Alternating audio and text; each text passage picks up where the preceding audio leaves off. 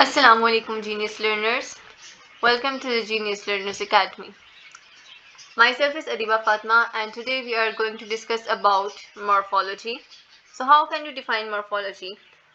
Morphology is the branch of biology that deals with the physical appearance or external structural study of living organism or the part or any organ of the organism.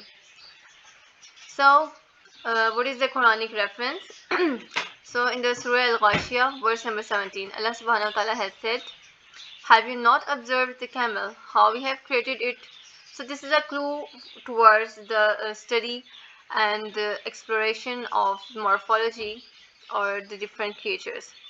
So history includes the first scientist was Aristotle, who took so much interest in the study of morphology and described maximum things about morphology in Historia Animalium. That was his book. And after that, Galen was the first scientist who dissected animals, and there were too much more scientists as well. So there are two main categories of morphology.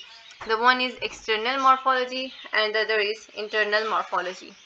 So how can you define external morphology? As we have discussed earlier, this definition of morphology, the study of external or outer structure is known as external morphology and vice versa.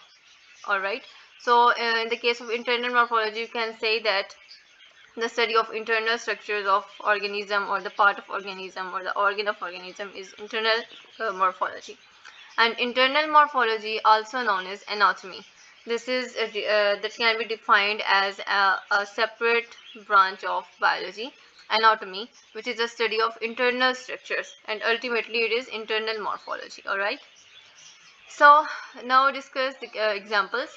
So there will be human morphology, phytomorphology in the case of plants, animal morphology, and micromorphology as well. So when we describe external morphology, so in case of human morphology, external morphology will be the, for example, study of the structure, size, shape of heart, like myocardium, epicardium, and endocardium, that are the outer membranes of the heart.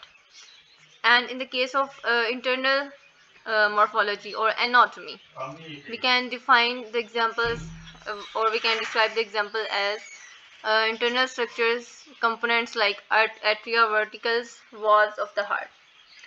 So now move toward the hint. So how can you differentiate morph? You can memorize morph like form, morph, form. Alright, so morph, form.